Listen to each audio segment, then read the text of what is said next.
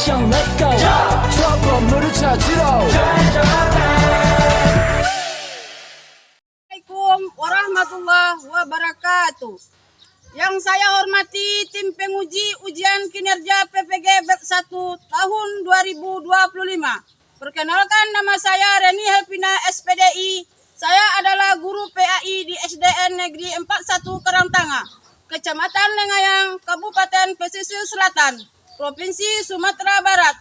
Sekaligus saya adalah mahasiswa PPG Bet 1 tahun 2025 dengan NIM PPG 2460102168 LPTK Universitas Islam Negeri Mahmud Yunus Batu Sangkar. Pada kesempatan ini, Rabu 7 Mei tahun 2025, saya akan melaksanakan ujian kinerja, yaitu praktek pembelajaran dengan materi Senangnya Belajar Hadis, kelas 3 di SD Negeri 41 Karangtanga. Demikianlah perkenalan singkat dari saya. Lebih dan kurang saya mohon maaf. Saya akhiri. Wassalamualaikum warahmatullahi wabarakatuh. Assalamualaikum.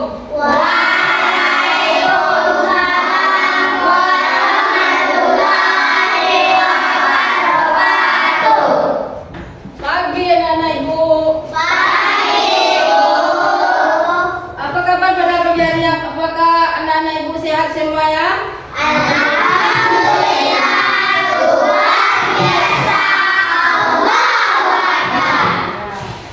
Alhamdulillah, anak-anak ibu semuanya sehat semua. Baik, ibu, sebelum kita mulai belajarnya atau masuk ke materinya, ibu mengharapkan kepada ketua kelas untuk sebelum kita mulai belajar, lebih baiknya kita berdoa dulu. Ketua kelas, mungkin doanya.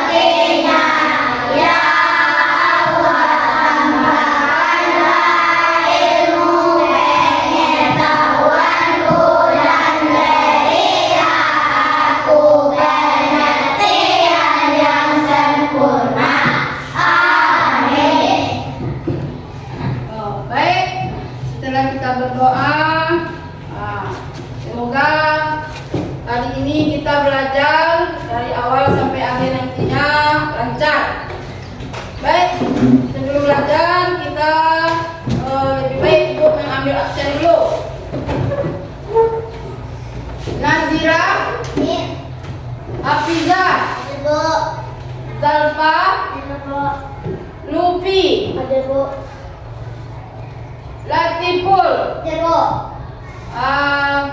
Ternyata pada pagi hari ini anak-anak ibu hadir semua, tidak ada yang sakit.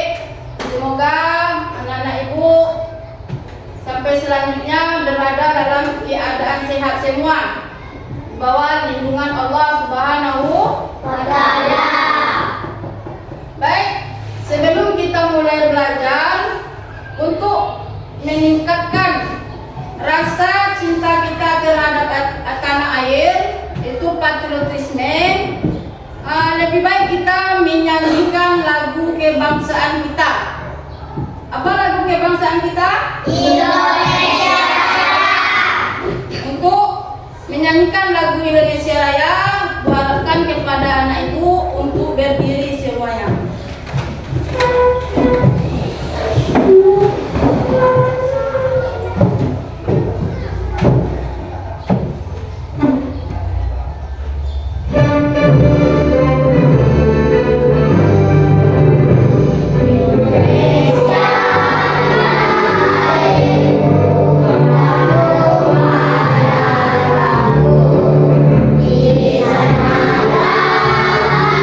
Indonesia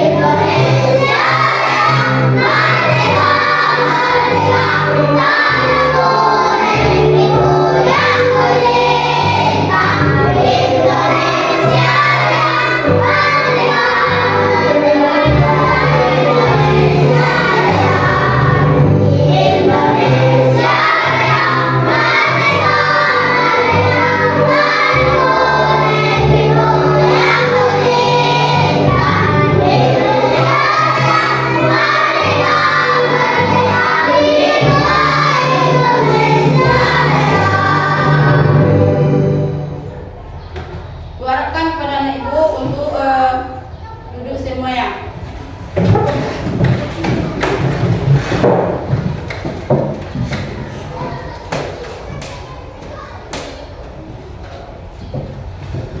Baik, anak-anak ibu, sebelum kita mulai belajar, ibu bertanya kepada anak-anak ibu semuanya. Pada hari ini, tadi pagi kalian pergi sekolah, adakah kalian melakukan kebaikan? Ada. Apa contohnya kebaikan itu? Menolong orang tua. Apa lagi? Menolong teman yang sedang tersandung di waktu pergi terus. Baik, sebelum kita mulai belajar, agar kita lebih aman dari awal sampai akhir nantinya, lebih baik kita membaca Al-Quran. Ibu minta salah seorang dari anak ibu membaca Al-Quran yang selebihnya mendengarkan. Sebab membaca Al-Quran bagi yang mendengarkan itu sama pahalanya. Baik, ibu akan meminta kepada anak ibu untuk membacakan satu ayat Al-Quran. Ibu minta kepada Zara.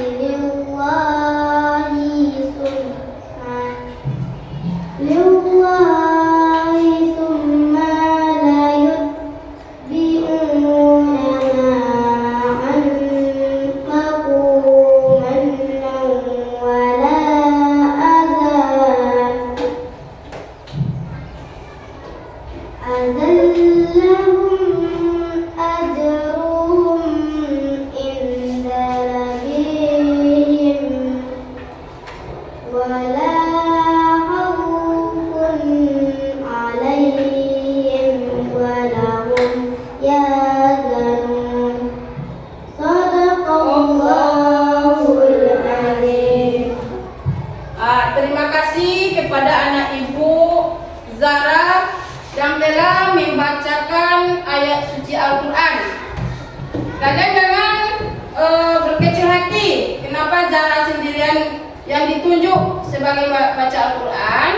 Karena pahala bagi orang yang mendengarkan bacaan ayat suci Al-Quran itu sama dengan pahala orang yang membaca Al-Quran.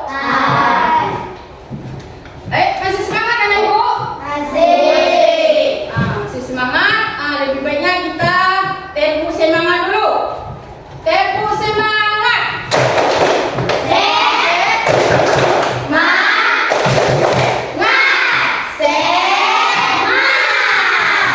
Bagus, terima kasih. Baik, kita lanjutkan. Tadi membaca ayat suci Al-Quran. Sekarang kita lanjutkan membaca surat An-Nas secara bersama-sama. Kita baca ayat surat An-Nas bersama-sama ya. Nas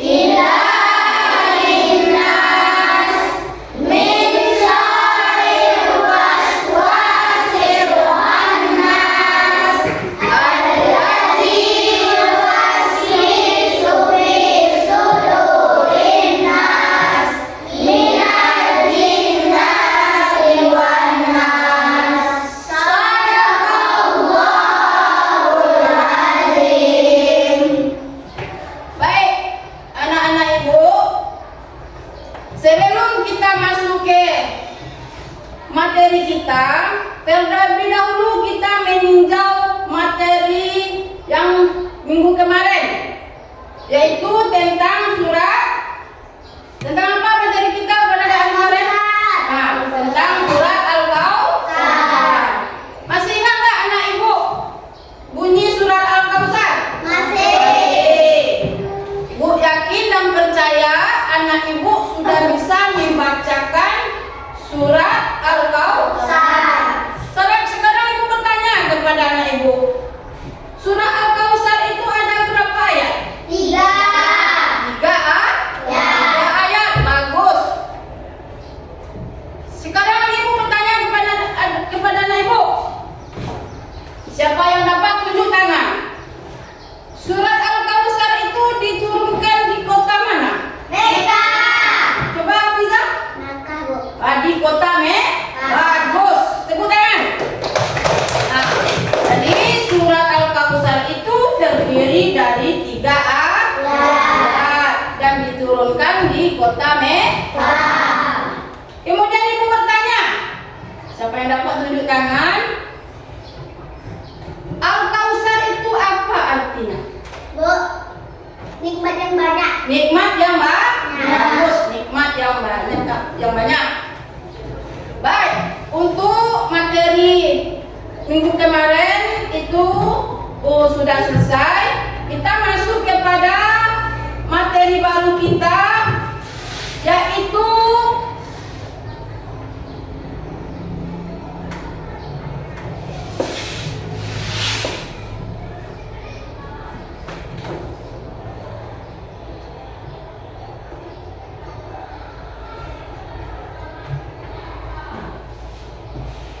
tentang hadis tentang landasan sholat berjamaah.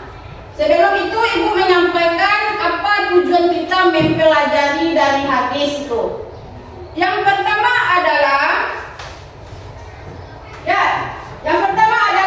membaca hadis tentang sholat berjamaah dengan benar. Yang kedua adalah menulis hadis sholat berjamaah dengan benar. Yang ketiga adalah menunjukkan hafal hadis sholat berjamaah. Yang keempat, menjelaskan pesan pokok hadis sholat berjamaah. Nah, jadi tujuan pembelajaran kita pada hari ini adalah ada 4. Nah, jadi ibu harapkan kepada anak ibu nantinya setelah selesai belajar, kalian harus dapat dengan tujuan pembelajaran tadi itu. Kita harus dapat membawa pulang bagaimana membaca hadis tentang sholat berjamaah. Yang kedua, pandai kita menulis tentang hadis sholat berjamaah. Yang ketiga, hafal kita tentang hadis sholat berjamaah. Dan kemudian apa pesan pokok yang terkandung dalam hadis sholat berjamaah itu? Itu yang dapat kita capai nanti tujuan pembelajaran kita. Baik. Kemudian tadi materi kita tentang hadis. Hadis tentang sholat berjamaah. Sekarang kita bahas dulu tentang hadis. Pengertian hadis. Coba kalian perhatikan. Hadis itu adalah perkataan, perbuatan, dan ketetapan Nabi Muhammad Sallallahu Alaihi Wasallam. Apa tadi hadis itu? Hadis adalah perkataan, perbuatan, dan ketetapan Nabi Muhammad SAW.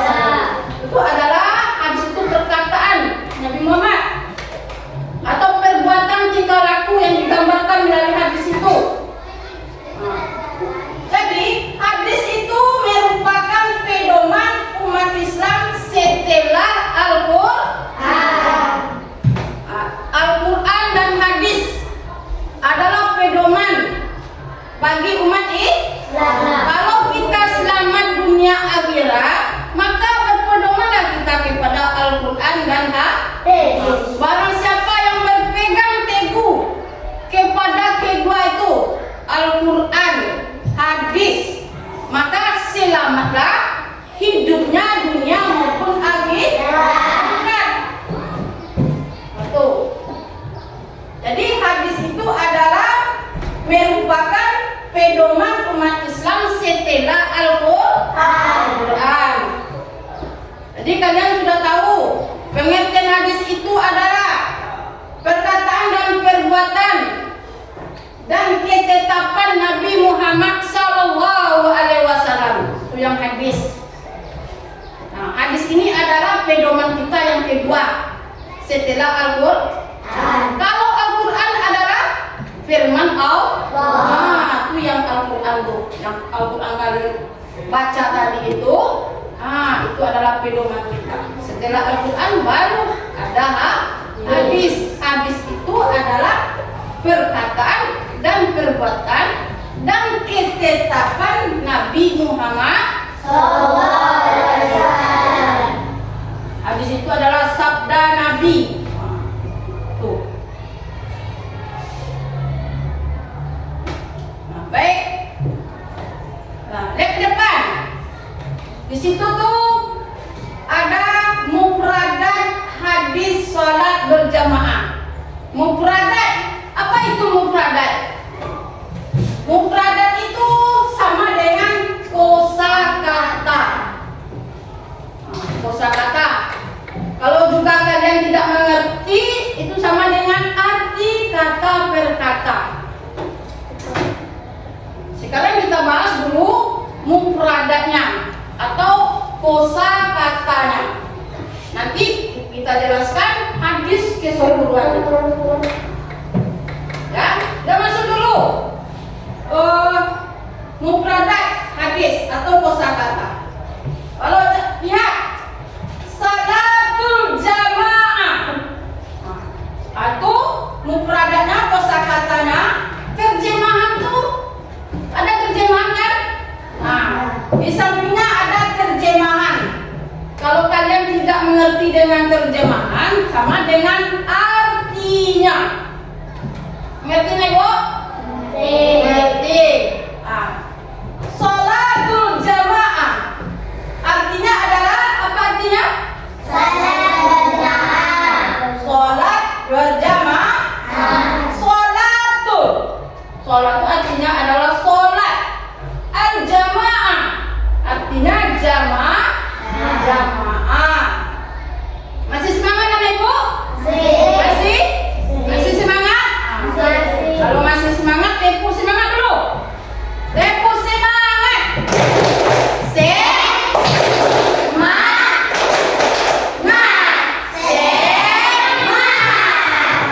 Satu kali lagi. Tempo semangat.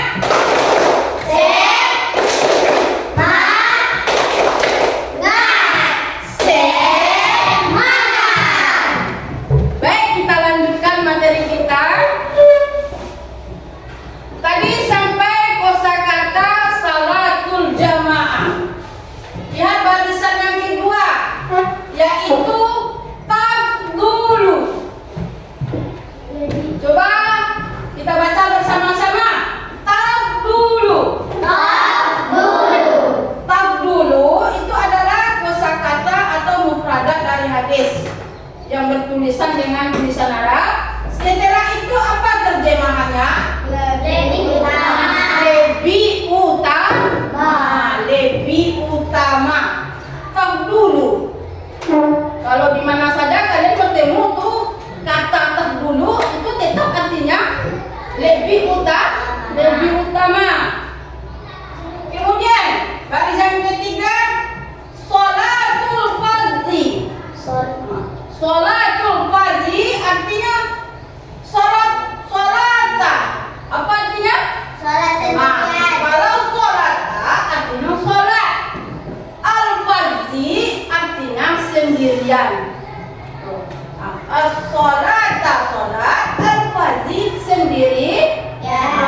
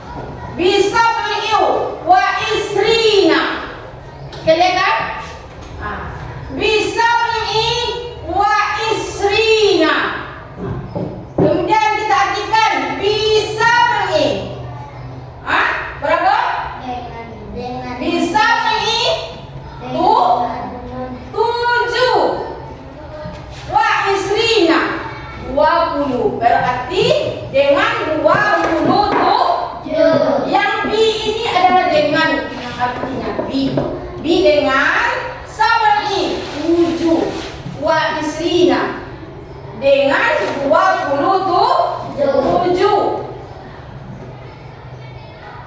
Dengan 27. Kemudian darajat. Kalau tulisannya adalah darajatan. Kalau kita baca darajat. Darajat. Artinya apa? Derajat. Derajat. Derajat. Itu adalah mufradat atau kosakata hadis tentang sholat berjamaah. Kemudian kita lihat ke depan. Di situ tuh terjemahan hadis. Yang tadi adalah kosakata atau mufradat. Kemudian terjemahan hadis. Hadisnya pakai terjemahan. Ada hadis, ada arti. Lihat ke depan. Di sini ada hadis tentang sholat berjamaah. Kita baca. Tunggu dulu ibu yang baca, nanti kalian yang baca. An Abdillah ibni Umar anna Rasulullah sallallahu alaihi wasallam qala sholatul jamaah taqdulu sholatul fardhi bi sab'in wa isrina darajah. Ada kelihatan? Ada? Ada kelihatan? Ya. Kita ulang. An Abdillah ibni Umar anna Rasulullah sallallahu alaihi wasallam qala sholatul jamaah taqdulu sholatul fardhi bi sab'in wa isrina darajah. Bisa nak ibu membacanya? Bisa? Nah, kita baca sama-sama. An Abdillah Umara anna Rasulullah sallallahu alaihi wasallam qala sholatul jamaah taqdulu sholatal fardhi bi sab'i wa isrina darajah. Itu bunyi hadis tentang sholat berjamaah. Kemudian terjemahannya atau artinya, Abdullah bin Umar berkata, sesungguhnya Rasulullah sallallahu alaihi wasallam bersabda. Siapakah Rasulullah kita? Nabi Muhammad. Ini adalah perkataan. Tadi adalah hadis adalah perkataan, perbuatan. Tuh Nabi Muhammad. Sesungguhnya Rasulullah sallallahu alaihi wasallam bersabda, salat berjamaah itu lebih utama daripada salat sendirian dengan selisih 27 derajat. Tuh.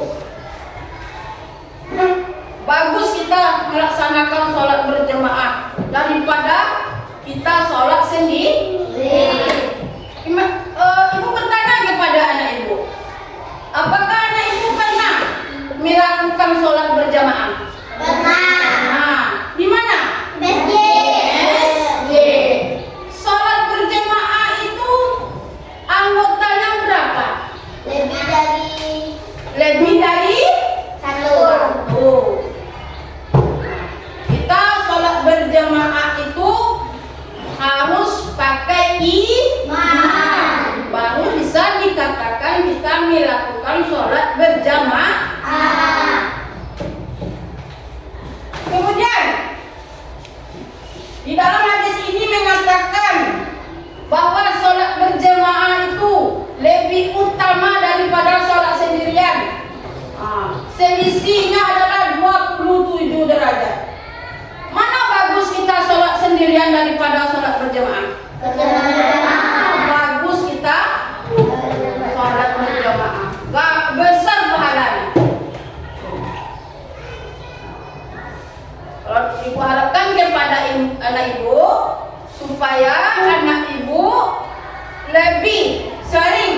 melakukan sholat berjamaah.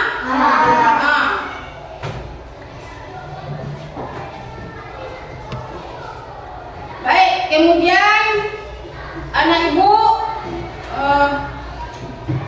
kita lanjutkan membaca hadis sholat berjamaah. Coba sebelum ibu suruh kalian ke depan untuk membacakan hadis, lebih baik kita baca dulu secara bersama-sama. An Abdillah ibni Umar anna Rasulullah sallallahu alaihi wasallam qala sholatul jamaah taqdulu sholatal fardhi bisab'i wa isrina darajah. Kalau kita lihat hadis tentang sholat berjamaah ini, kalau kita lihat ada panjang kita baca dan ada pendek, itu harokatnya.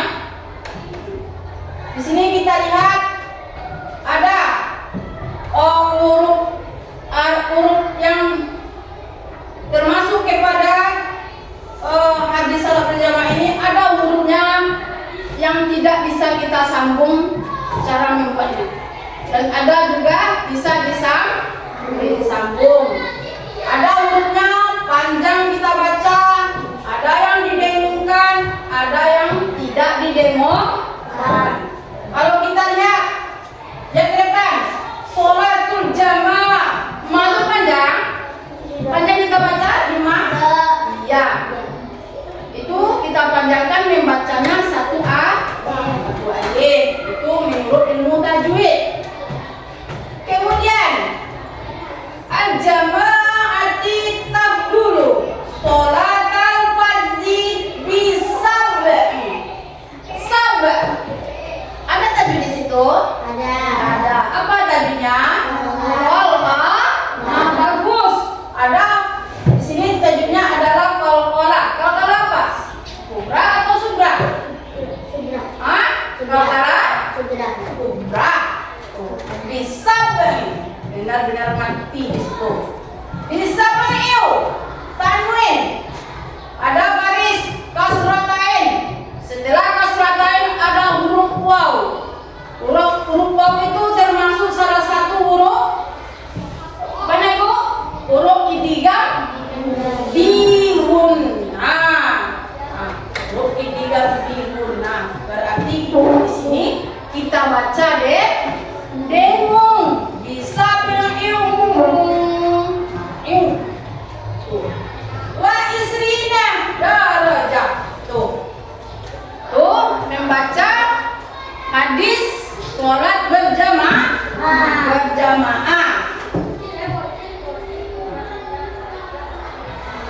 Baik, kita lanjutkan sebab yang melatar belakangi hadis. Tentu ada sebabnya. Kenapa hadis ini diturunkan tentang landasan sholat berjamaah? Ada alasannya. Ada yang melatar belakanginya. Masih semangat anak ibu? Masih. Yang laki-laki masih semangat? Masih. Baik. Kalau masih semangat, kita tempu anak soleh ya. Tempu anak soleh. Anak soleh. Tadi sholat. Tadi ngaji. Orang tua dihormati. Kita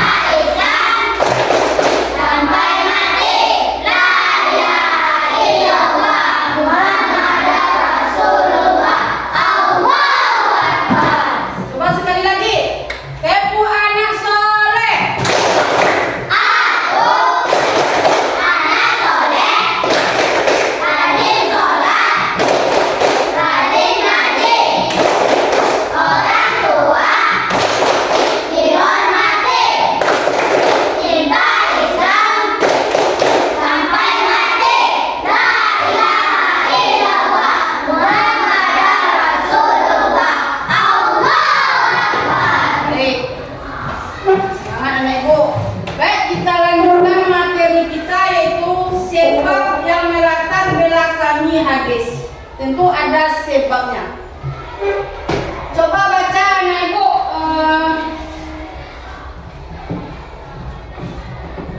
Coba Zara, coba baca. Sebab yang melatar belakangi hadis.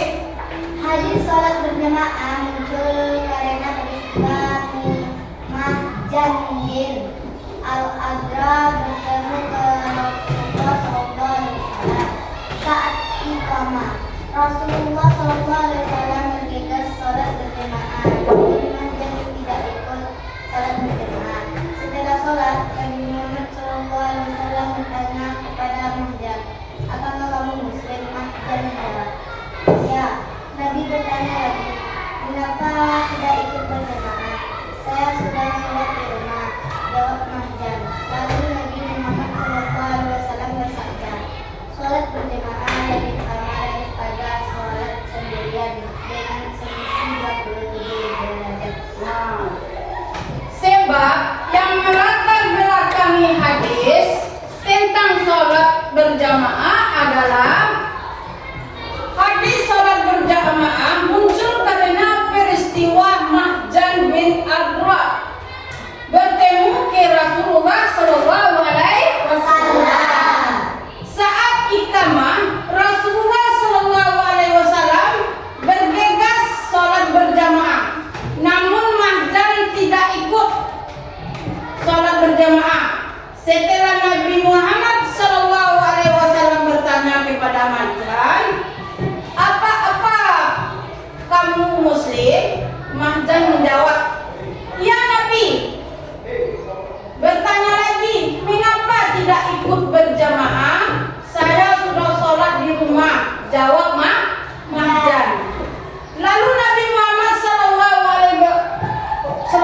Alaihi Wasallam bersabda, "Sholat berjamaah lebih utama daripada sholat sendirian dengan selisih 27 derajat."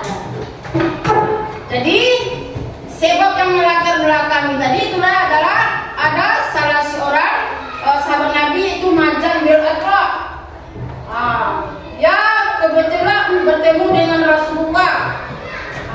Di waktu itu dia bertemu Rasulullah saat Rasulullah itu iqamah. Iqamah. Anak ibu tahu dengan iqamah? Tahu.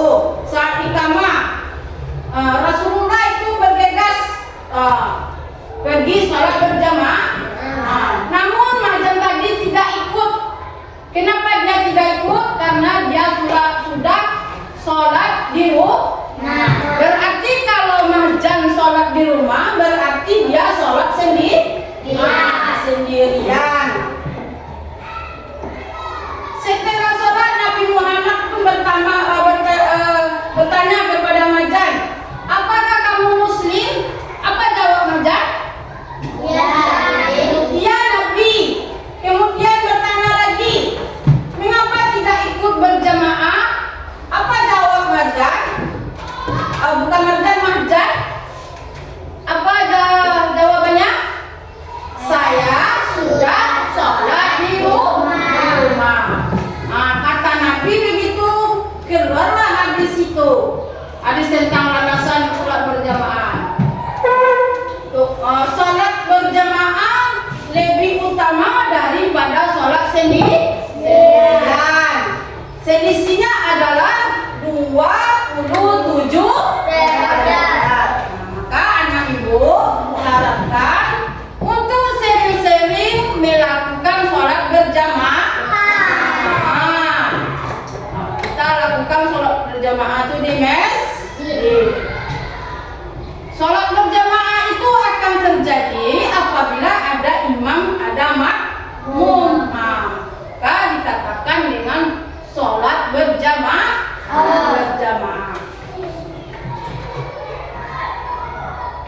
Baik, untuk materi selanjutnya adalah pesan pokok hadis tentang sholat berjamaah. Apa pula pesan hadis itu? Landasan dari sholat berjamaah itu. Yang pertama adalah apa yang pertama? Sebaiknya sholat berjamaah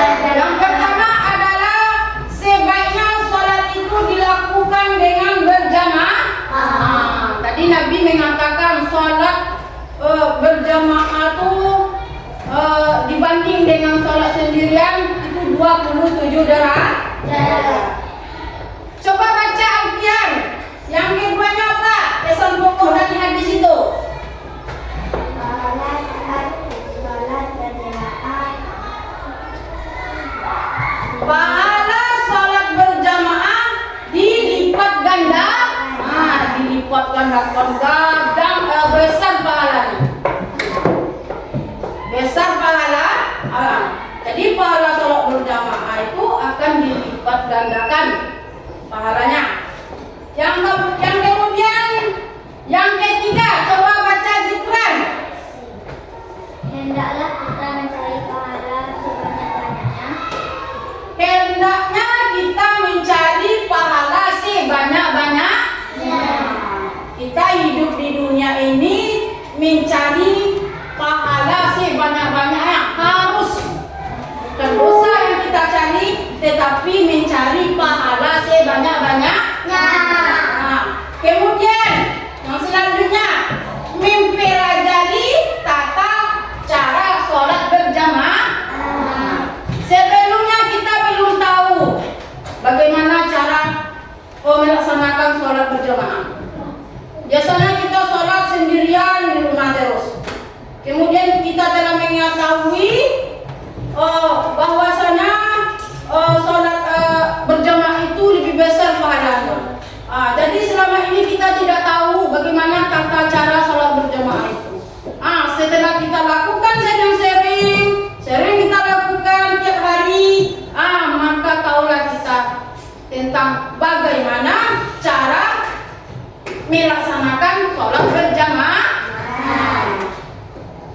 Selama ini kita tidak tahu apakah sholat berjamaah itu ada orang yang berdiri di depan kita jadi imam, kita tidak tahu. Kiranya kita melakukan sholat berjamaah itu ada imam di depan kita. Kita harus mengikuti imam dan mencari pahala sebanyak-banyaknya. Kemudian selanjutnya, membangun atau menyediakan sarana ibadah untuk sholat berjamaah. Sebelum kita melakukan sholat berjamaah itu kita tidak tahu apa-apa yang kita sediakan. Sementara kalau kita sholat sendirian cukup dengan sejadah untuk kita saja. Iya kan? Iya. Iya Nana Ibu? Ya. Setelah kita tahu tentang sholat berjamaah itu ada imam. Imam itu pakai sejadah. Kalau makmumnya di belakang pakai tikar yang panjang. Ada makmumnya laki-laki, ada makmumnya perempuan di belakang. Itu kita sediakan sarana.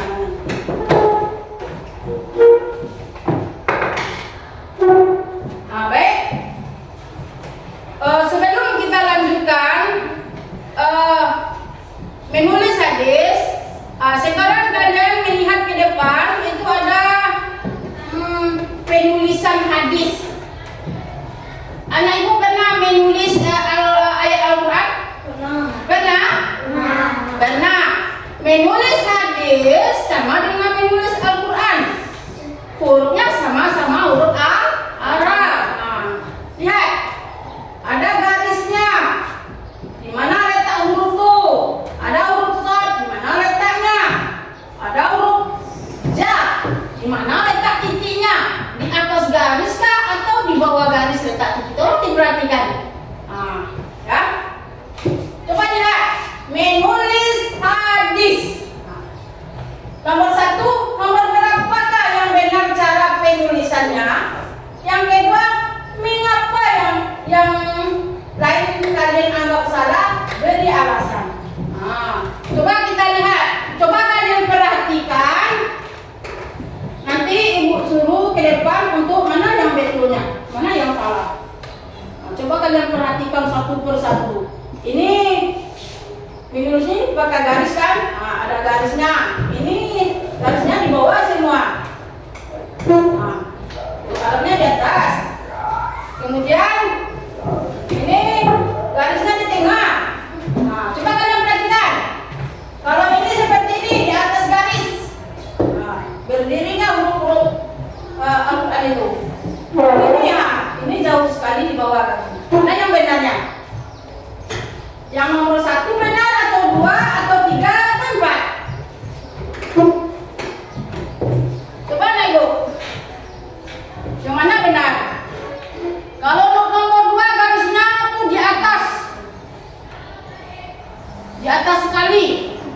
Kalau nomor 1 itu hurufnya di atas garis. Kalau nomor 3 itu di pertengahan huruf. Kalau nomor 4 garisnya di bawah sekali. Mana yang benarnya? Nah, Ibu, mana yang benarnya?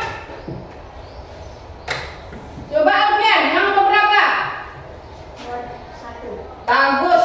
Yang benarnya adalah nomor 1. Ya, titik J-nya di mana? Di bawah garis 1. Ya. Nah, yang selebihnya juga betul, tetapi letak hurufnya berbeda. Ada yang di bawah garis, ada garisnya di atas sekali, ada garisnya di bawah sekali. Nah, coba kalian perhatikan cara menulis hadis. Nah, yang pertama, coba perhatikan ya. Nah, nanti suruh kalian menulis hadis. Nah, coba perhatikan bagaimana pula cara menulis hadis itu. Cara menulis hadis yang pertama, cara menulis hadis sama dengan cara menulis ayat Al-Qur'an. Mungkin nomor 1 itu ya Anda Ibu sudah mengerti. Yang kedua, menulis dari arah kanan ke kiri. Kita menulis huruf Arab itu dari mana mulai? Kanan. Dari kanan ke kiri. Bagus. Yang ketiga, ada yang dapat disambung dan ada juga yang tidak disambung. Apa maksudnya di situ? Ada huruf itu yang bisa disambung dan ada juga yang tidak bisa disambung. Kemudian yang keempat, ada yang di atas garis dan ada di bawah, ada yang di atas garis dan ada yang di atas garis yang menjulur ke bawah. Tuh. Perhatikan yang nomor 4. Ada yang di atas garis dan ada yang di atas garis yang menjulur ke bawah. Berarti garisnya itu hurufnya kita lebihkan di bawah. Yang kelima, cermati huruf dan harokatnya agar tidak ada yang tertinggal. Jikalau kita membuat ayat atau hadis, kita perhatikan harokat barisnya. Nanti harokatnya patah, kalian buat kasrah. Jadi bunyinya berbeda. Kalau harokatnya patah, itu di atas nasi. Kalau patah tuh baris 1 di atas. Kalau kasrah baris 1 di bawah. Kalau patah baris di depan. Itu 5 cara menulis hadis. Baik.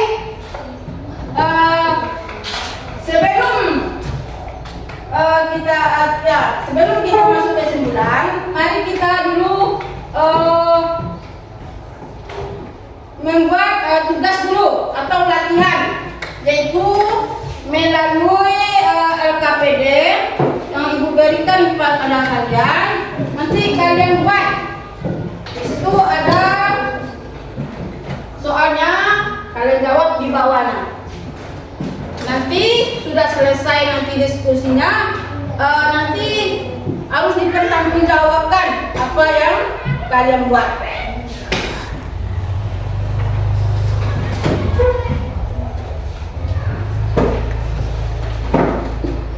Satu kelompok, 2 jawabannya.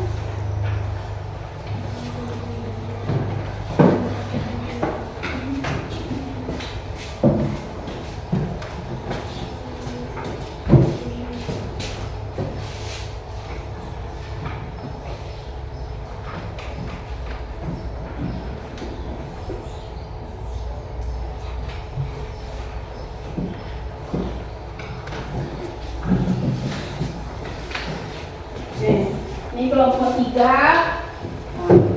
Dalam buat nanti ada pertanyaan di atas, buat di bawah.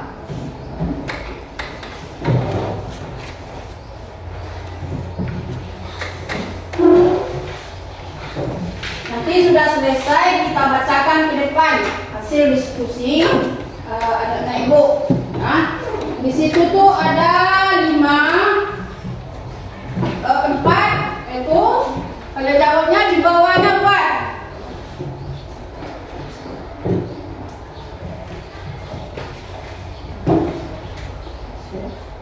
Nah, silakan dikerjakan.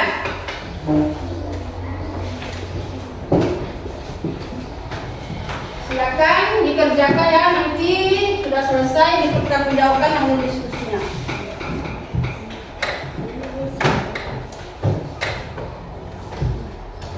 Nah, sambil kalian diskusi, Ibu akan mengambil nilai. Yang diskusi kalian itu dilanjutkan.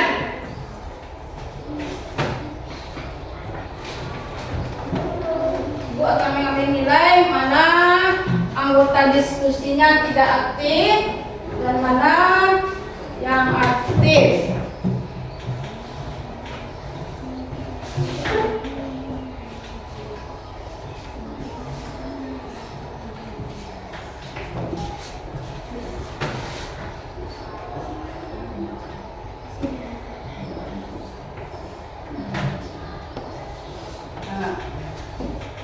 Mana anggotanya yang tidak aktif, mana yang aktif. Ibu akan memberi nilai.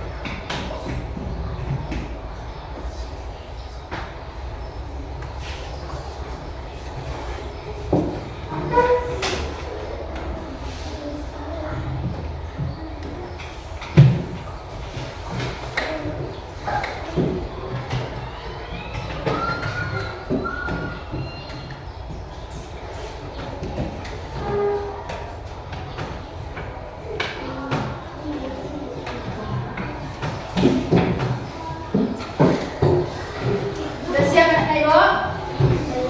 Belum.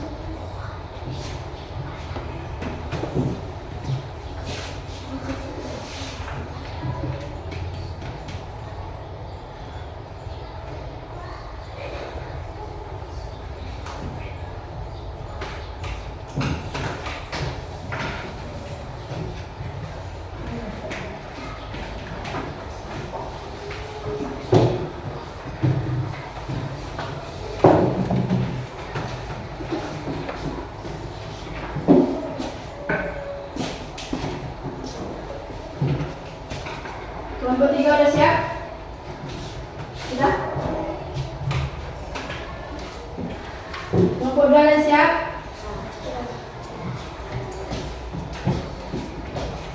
Kelompok 1? Sudah siap?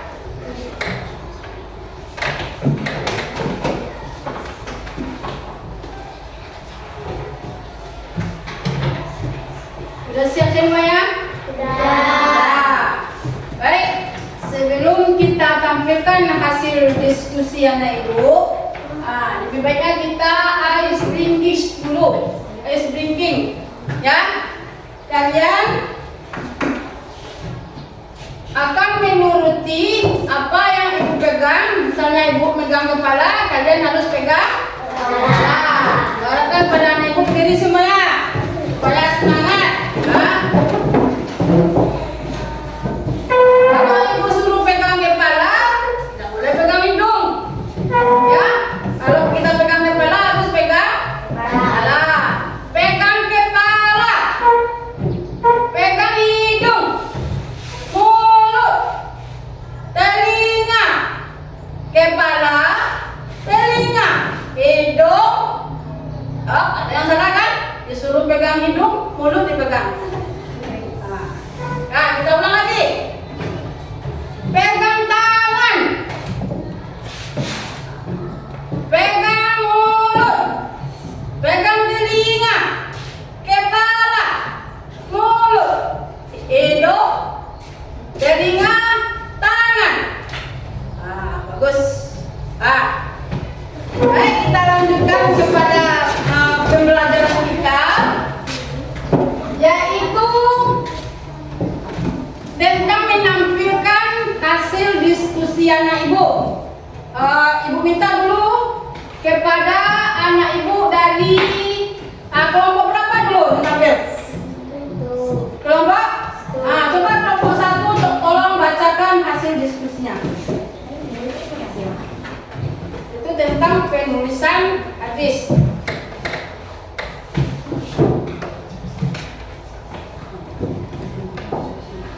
Bismillahirrahmanirrahim.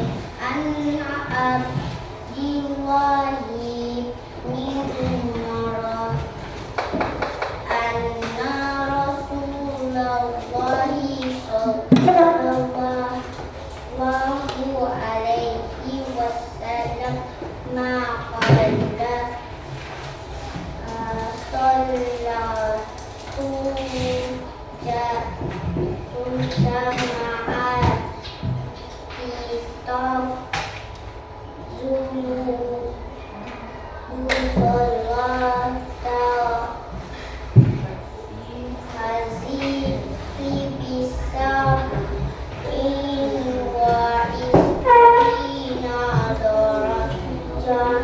Itulah penampilan dari kelompok 1. Tepuk tangan. Kelompok berapa lagi? Tampil. Kelompok 2. Siapa tampil?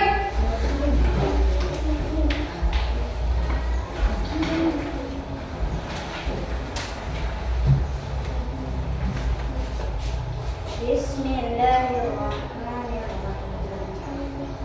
An Abdillahi bin Umar anna Rasulullahi sallallahu alaihi wasallam qala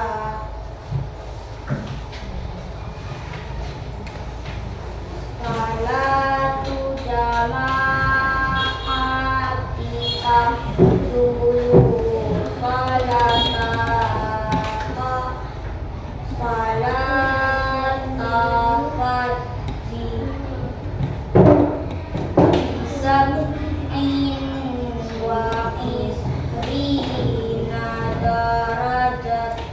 Bagus, kelompok 2. Tepuk tangan.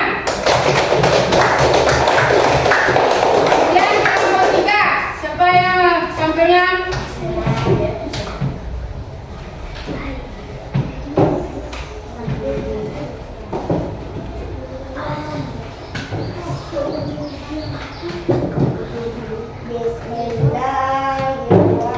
Bismillahirrahmanirrahim. An Abdillahi bin Umar anna Rasulullahi sallallahu alaihi wasallam qala salatul jama'ati afdulu salat al-fajr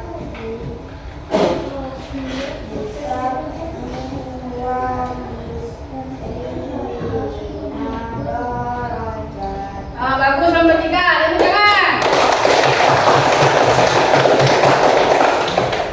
Itulah tampilan dari lembaran kerja anak ibu melalui hasil diskusi tentang bagaimana cara penulisan hadis tentang sholat berjamaah. Baik, kita lanjutkan. Kesimpulan materi kita pada hari ini adalah hadis adalah segala perkataan dan perbuatan dan ketetapan Rasulullah SAW yang menjadi pedoman hidup bagi umat Islam setelah Al-Quran. Itu adalah pertama kesimpulannya dari materi kita pada hari ini.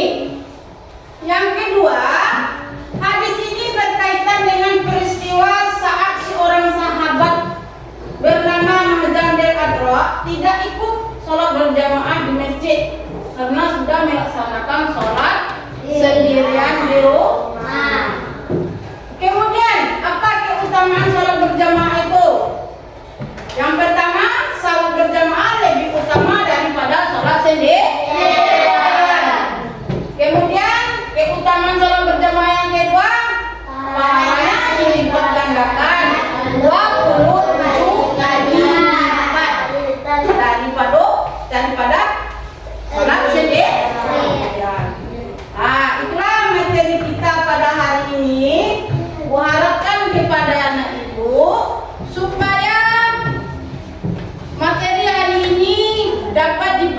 oleh anak ibu? Tidak ada. Sementara kebiasaannya sholat sendirian karena sudah belajar tentang sholat berjamaah, hadis yang melandasi sholat berjamaah, mungkin terbiasa anak ibu untuk melakukan sholat berjamaah. Karena sholat berjamaah itu pahalanya akan dilipat gandakan. Baik, untuk materi pada hari ini yang ibu cukupkan sampai di sekian. Untuk materi minggu depan kita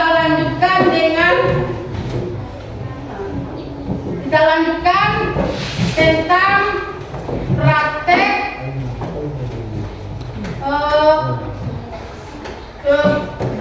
sholat berjamaah. Minggu depan kita akan mempraktekkan sholat berjamaah. Untuk anak ibu ketahui, untuk mempraktekkan minggu depan itu harus yang wanitanya bawa kain mukena, yang laki-lakinya kita bawa sejadah ya. Kita langsung mempraktekannya. Cukup sampai sekian untuk mengakhiri materi kita pada hari ini. Kita ucapkan hamdalah.